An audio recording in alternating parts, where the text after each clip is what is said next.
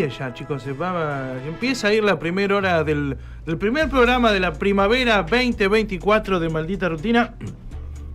Aprovechamos este momento para saludar a nuestros amigos de Papelería y Librería Mibel y Solo Implantes. Muchísimas gracias por confiar en nosotros sábado a sábado. Llegó el momento, iba a decir serio, pero tengo una corbata de flores colgada en el micrófono, así que no.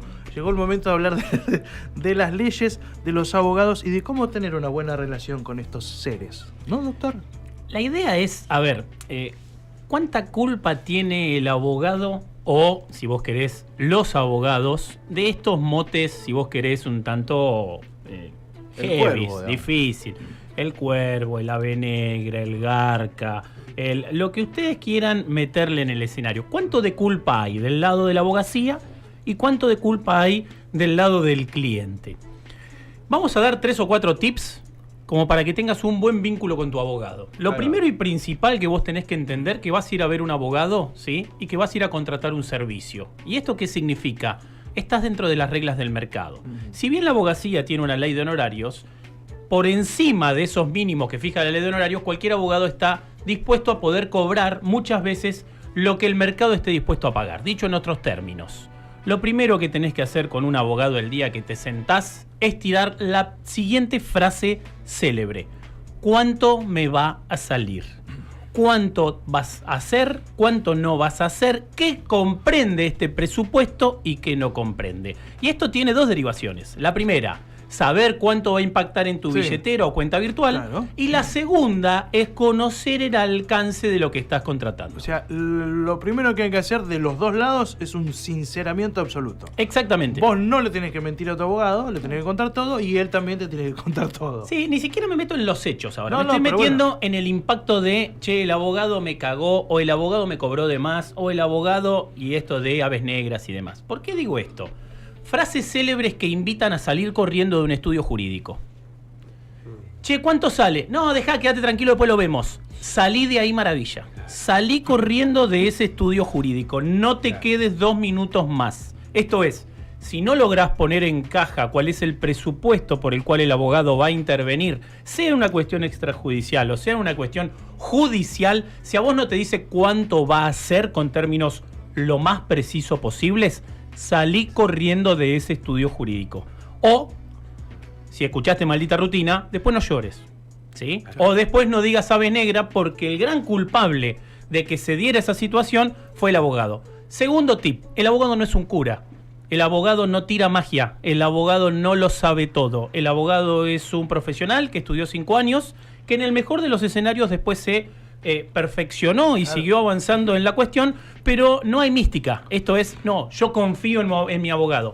Cuidado, cuidado. Y esto es como todo. Confío en mi pareja, confío en el cura, confío en el batallón 27 Bahía Blanca. Cuidado. ¿Se puede equivocar el abogado? Sí, sin dudas. ¿Puede cometer mala praxis? Sí, sin dudas. ¿Qué tenés que hacer? Y acá van los tips. Buscá gente especializada, buscá gente preparada, googlealo y fíjate cuál fue su preparación, cuál fue su formación, cuáles fueron sus intervenciones. Y probablemente vas a poder medir ahí también cuánto querés gastar y a quién querés contratar. Y esto va de la mano con lo barato sale caro. Si vos querés un abogado barato, puede que tengas algún perjuicio en el escenario de una situación complicada. Si vos querés una buena especialización, es como todo. Es probable que ese abogado te salga un poco más caro. Y acá va el segundo tip, ¿sí? O de la situación de evitate problemas. ¿Querés buscar frente a una situación compleja un buen asesoramiento? Bueno, sabe que probablemente tenés que buscar a un especialista que tenga posgrado de especialización y o maestría o doctorado, y en su caso sabe que ahí probablemente tu billetera se va a ver un poquito más golpeada, pero con fundamento. Entonces, entre los 2 primeros ítems que te estamos tratando es saber que brindar servicio de abogacía es una cuestión de mercado, no es una cuestión de confianza.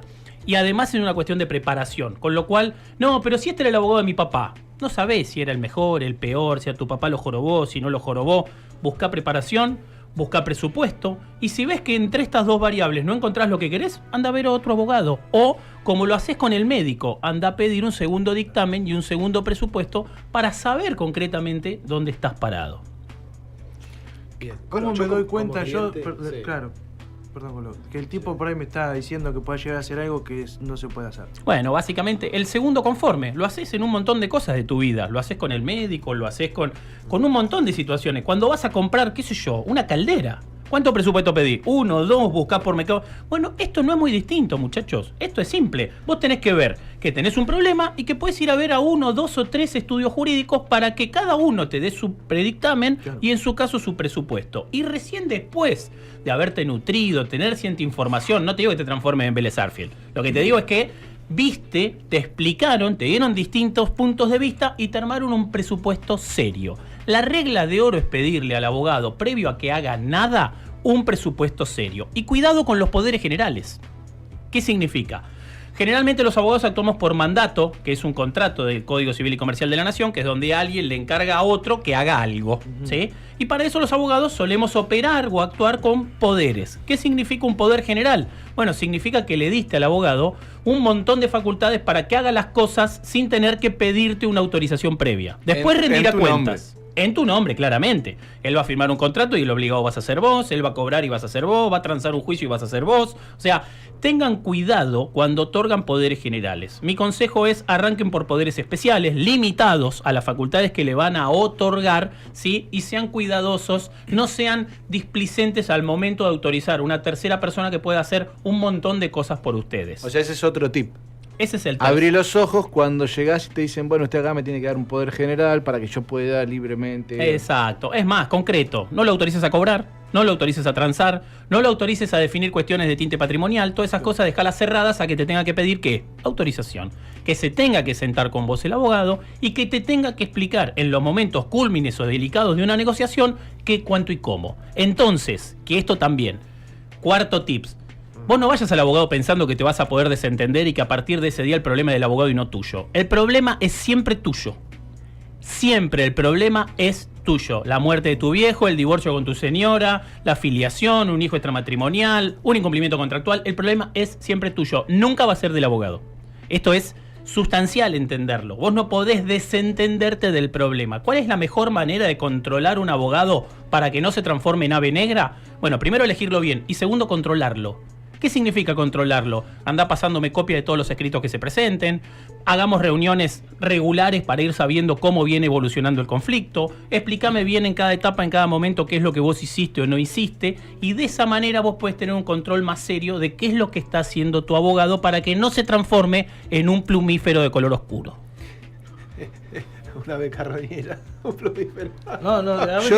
Algo que también quiero levantar, digamos, que me parece importante, que no está ponderado o como ciudadanos no estamos acostumbrados a hacerlo.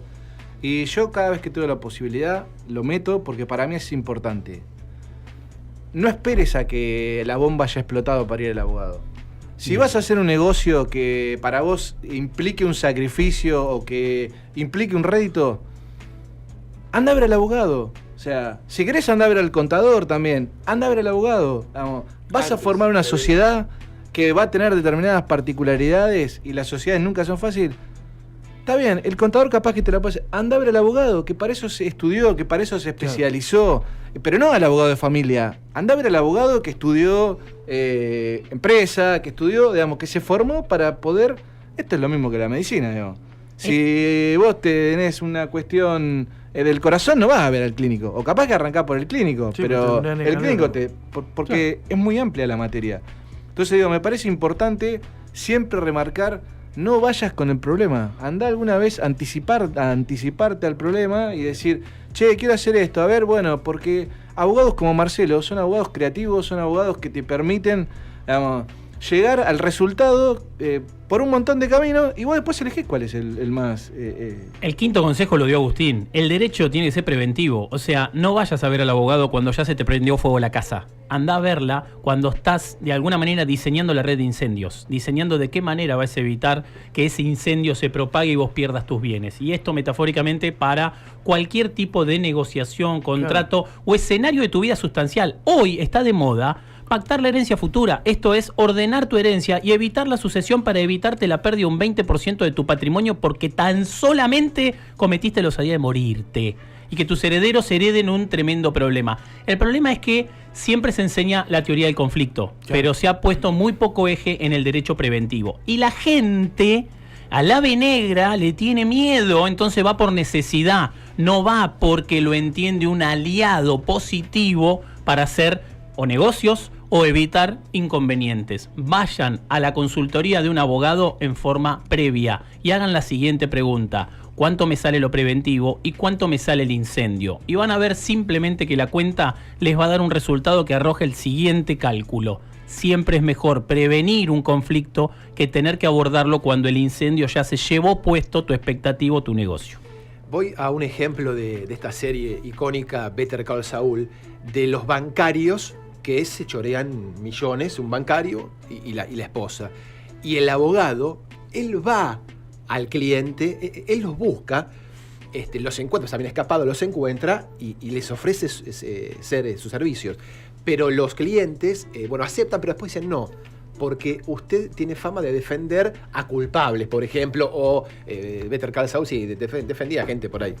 Entonces digo, el cliente se fija en que el abogado, ¿a quién defiende el abogado? Hay distintas ramas de la abogacía. Esto aplica mucho, Colo, en el derecho penal. En el derecho penal, por ejemplo, vos buscás al boga reconocido, que estuvo en grandes casos, un Fernando Burlando, que ha creado toda una imagen, que es indudable que creó una imagen y un producto que ha logrado posicionarse a nivel país, y probablemente lo vas a ir a buscar por su reconocimiento. Ahora, si te dicen frases tales como Burlando nunca perdió un juicio, bueno, salí de ahí maravilla. O sea, hay cuestiones que no son excelentes, ni todo lo que brilla es oro, y cuidado con esto de...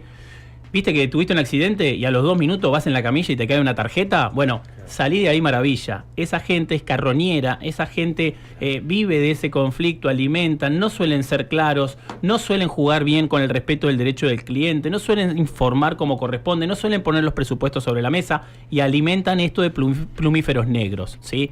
Busquen, en todo caso, si no consiguen al mejor, busquen por lo menos que el que represente sus intereses sea claro, sea objetivo, explique y marque de entrada las reglas de juego, sobre todo en lo que tienen que ver con lo patrimonial. ¿Es caro el asesoramiento cuando voy al estudio, me siento en el estudio? Mira, el asesoramiento hoy lo reguló el Colegio de la Abogacía, por ejemplo, en La Plata. Un asesoramiento, una consulta verbal, 30.488 pesos, que es un ius arancelario. Si yo te digo es caro o no, depende de la consulta que me vengas a hacer. O sea, que tal vez tu consulta es crear una mega industria y yo te digo esto es insignificante, o tal vez tu consulta sea, mira, tengo esta duda respecto a esta cláusula en un contrato de locación. O sea, siempre hay que ver qué es lo que uno le requiere al profesional, qué horas le puede llevar desarrollar esa consulta y en su caso el grado de complejidad. Vos no podés pretender que te arreglen un Mercedes o que te den un dictamen de un Mercedes último modelo por 30.000 pesos, ni tampoco podés pretender que te cambien 2 tuercas un Fiat 600 por 30.488 pesos. O sea, la base tiene que ver con que vos entiendas medianamente el grado de conflicto que vos tenés, o que te lo expliquen si no lo entendés, pero también que te sean claros respecto de cuánto va a salir esta situación, sea preventiva o sea de litigio. O sea, lo que marca no ser plumífero es que sea claro y transparente en cuánto y cómo. Bien. ¿Tenemos para hacer un repaso de los 5 o 6 que fuimos tirando? Sí, claro. Lo primero que tenés que pedir son reglas claras. Y si las reglas no están claras, salí de ahí maravilla. Pedir presupuesto, que lo pongas sobre la mesa. ¿Qué, cuánto y cómo? ¿Cuánto te va a salir? ¿De qué manera? ¿Cómo se puede pagar? Y todo. Si te dicen, después te digo cuánto sale, salí corriendo. Tercer punto, ¿sí?, que tenés que analizar. Buscar profesionales que hayan tenido rodaje, formación, vuelo, que hayan estudiado, que tengan antecedentes comprobables, y esto es simple de poder obtenerlo. El otro punto es, como dijo Agustín, anda a ver al abogado de manera preventiva. No esperes el incendio, no esperes el divorcio, no esperes la muerte, no esperes lo costoso, porque ahí lo costoso, ¿sabés quién lo generó? Vos.